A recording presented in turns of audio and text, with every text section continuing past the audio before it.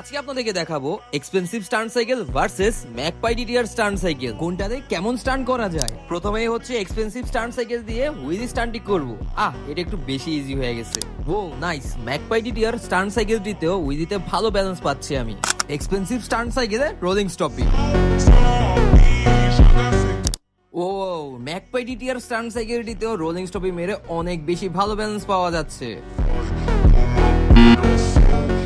ও no, expensive stunt সাইকেলে manual হলো না। এখন দেখা যাক ম্যাকপাই ডিটিআর স্টান্ট সাইকেলটিতে ম্যানুয়াল স্টান্টই হয় কিনা।